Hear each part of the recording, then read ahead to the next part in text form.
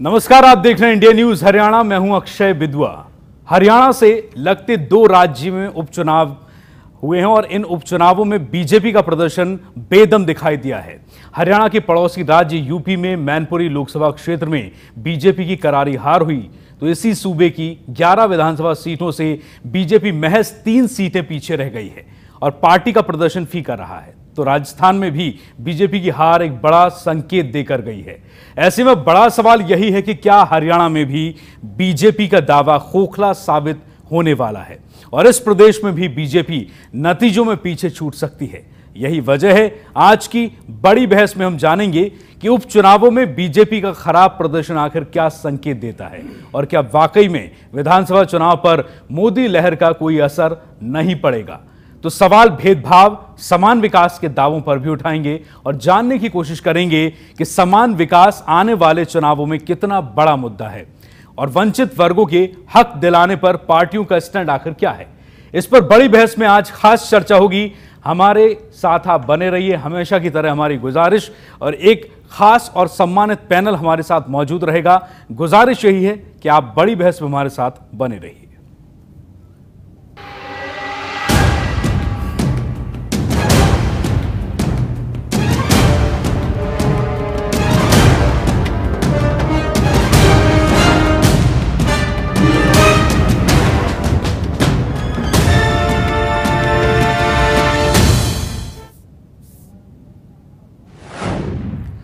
तो सवाल यही कि उपचुनावों में बीजेपी का खराब प्रदर्शन आखिर क्या संकेत देता है। उपचुनावों में बीजेपी का खराब प्रदर्शन क्या संकेत देता है, आज हम इस पर नजर डालेंगे। हमारे साथ लगातार हमारे पैनल बने हुए हैं, इस पर हम चर्चा करेंगे। उपचुनावों में बीजेपी का खराब प्रदर्शन आखिर क्या संकेत देता है। दूसरा सवाल कि क्या विधानसभा चुनाव पर मोदी लहर का कोई असर नहीं पड़ने वाला। क्या विधानसभा चुनाव में मोदी का लहर का कोई असर पड़ेगा या नहीं, क्योंकि हरियाणा से लगकर 2 प्रदेशों में जो चुनाव हुए हैं उसमें बीजेपी के दावे बेदम दिखाई दिए हैं। तो चर्चा इस पर भी कि क्या विधानसभा चुनावों में मोदी लहर का कोई असर पड़ेगा या नहीं। तीसरा सवाल जो आज हम जिस पर चर्चा करेंगे बड़ी बहस में, समान विकास आने वाले चुनावों में कितना बड़ा मुद्दा है। पूरे प्रदेश का एक समान विकास एक बड़ा मुद्दा इस चुनाव में रहने वाला है, क्योंकि तमाम विपक्ष आरोप लगाता रहा है कि प्रदेश का समुचित विकास, समान विकास नहीं हुआ है। तो समान विकास आने वाले चुनाव में कितना बड़ा मुद्दा रहने वाला है। सवाल नंबर 4, वंचित वर्गों को हक दिलाने पर तमाम पार्टियों का स्टैंड क्या है। क्या सोचा है पार्टियों ने वंचित वर्गों को उनका हक दिलाने के लिए, और पार्टियों का स्टैंड इस पर क्या है। यह भी एक मुद्दा है और इस मुद्दे पर तमाम पार्टियां अपना क्या रुख रखती हैं, क्या उनका स्टैंड रहने वाला है इन विधानसभा चुनावों में, इस पर भी आज हम चर्चा करेंगे।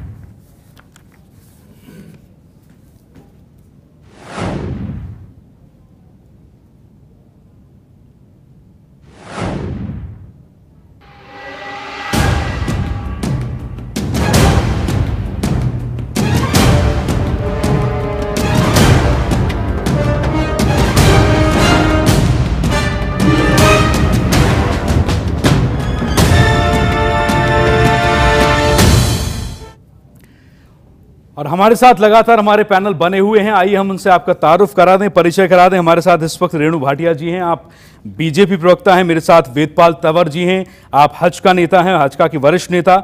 मेरे साथ राजीव जेटली हैं, प्रदेश प्रवक्ता एनएलयू मेरे साथ बने हुए हैं। इसके अलावा मनमोहन शर्मा जी हमारे साथ हैं, जो कि वरिष्ठ पत्रकार हैं। और थोड़ी देर में हमारे साथ हमारे कुछ और मेहमान भी जुड़ेंगे, उनसे भी हम आपका परिचय करा दें। इसके अलावा जीवन भारद्वाज हमारे साथ जुड़ रहे हैं, एचजेसीपी के वरिष्ठ नेता हमारे साथ जुड़े हुए हैं। आप सभी का बहुत बहुत स्वागत है बड़ी बहस में।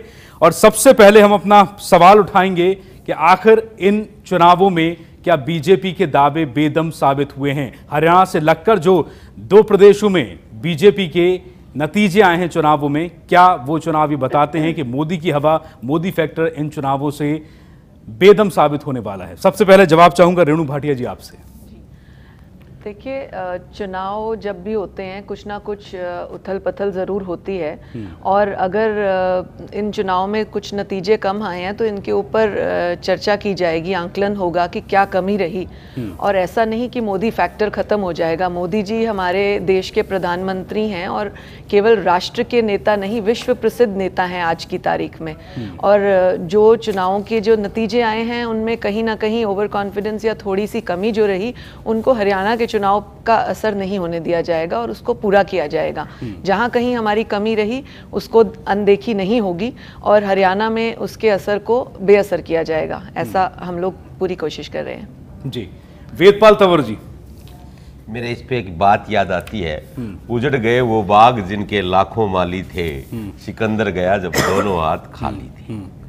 आज प्रदेश में और देश में मोदी जी की जो लहर चल रही थी उसका चित्र और चरित्र आप लोगों के सामने आ गया है जी। और जिस तरीके से राजस्थान की 4 विधानसभाओं में से 3 हारना और 1 जीतना, पूरे देश में एक मैसेज चला गया है कि बीजेपी जी का देश में जो मोदी जी की लहर थी जी। उसकी हवा निकल गई।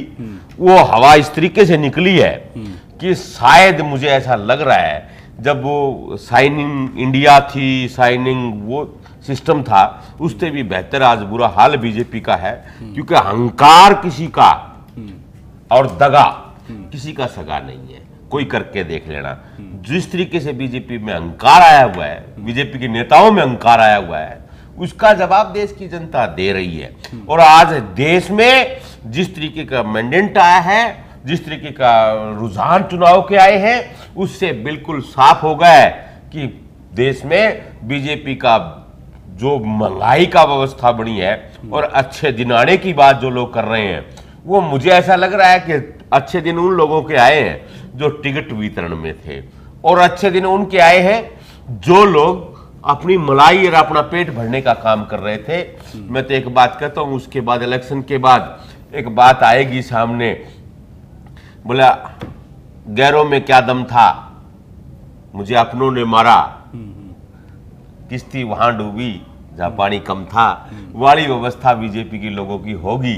और ये देख लेना हरियाणा की विधानसभा चुनाव में कि इनकी बहुत बुरी दृष्टि होने जा रही है, क्योंकि इनके पास नेता लोग तो जरूर आए, जिन लोगों का हमने 10 साल तक विरोध किया, जिन लोगों के खिलाफ हमने आवाजें उठाई, जिन लोगों के खिलाफ हम रोड और जेलों में गए, माननीय कुलदीप जी, हम लोग जिन लोगों के लिए हमेशा लड़ाई लड़ने का काम किया, आज वही लोग जो लोग रिजेक्टेड हो चुके थे, चाहे वो कांग्रेस में रिजेक्टेड माल था, चाहे वो इनेलो का रिजेक्टेड था, जिन्होंने सर्वे के साथ चौटाला साहब ने टिकट नहीं दी जी, और कांग्रेस में पिछले 10 साल से वो लोग मलाई खा रहे थे, वो अपना धन इकट्ठा करके और पैसे की बचत के लिए, ताकि हमारी इंक्वायरी सीबीआई ना हो, हम इसमें शामिल ना हो, वही लोग बीजेपी में शामिल हो गए हैं। और एक एक लोकसभा में देखिए, इनकी 5 लोकसभा ऐसी हैं जो उधार के कैंडिडेट लेकर के आए।